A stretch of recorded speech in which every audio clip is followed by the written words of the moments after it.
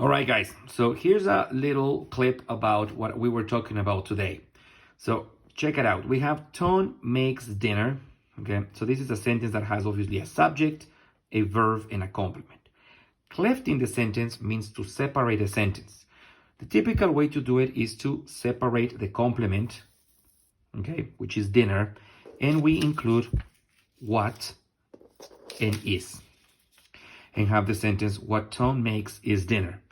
This sentence, okay, has emphasis in the dinner, okay, all right, because what refers to the dinner, okay. So this is the first way, and it's the typical and easiest way, okay.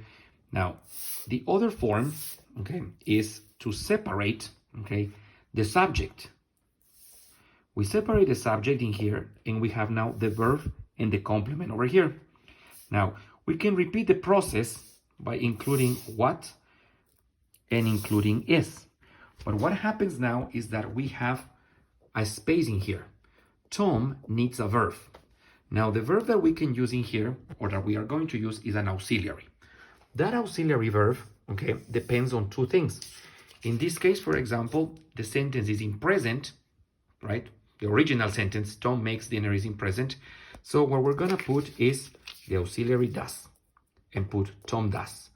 However, when we put the auxiliary does, we cannot put the letter S in here, okay? So we're gonna change this one, okay?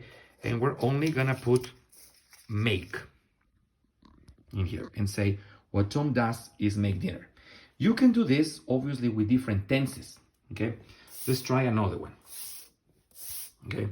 So, all right, so let's suppose we have this other one. Tom is making dinner. This is present progressive. So what I do here when I cleft this, we'll separate Tom is, okay? And we have making dinner on the other side, okay? Now, we add what, obviously, okay? We add is, okay? But now, again, we have the problem. I need an auxiliary, okay? Now, this sentence is in present progressive. So should I use did? Should I use doing? Should I use does? Obviously, because it's present progressive, I'm going to use doing, okay? But remember that when I put the auxiliary, making has to change. I can't use the ing because you have the auxiliary, so it comes back to the base form and say, what Tom is doing is make dinner. This process can happen with any kind of tense. Let's try one last example, okay? Tom has made dinner. This is present perfect. So the same thing can happen in here, okay? For example, I will separate this and this, okay? All right.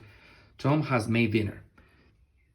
I add what, okay, and is. But I need the auxiliary again. This is present perfect. So I put done, okay, and made comes back to the base form, which I cannot find it, but it's right here. All right.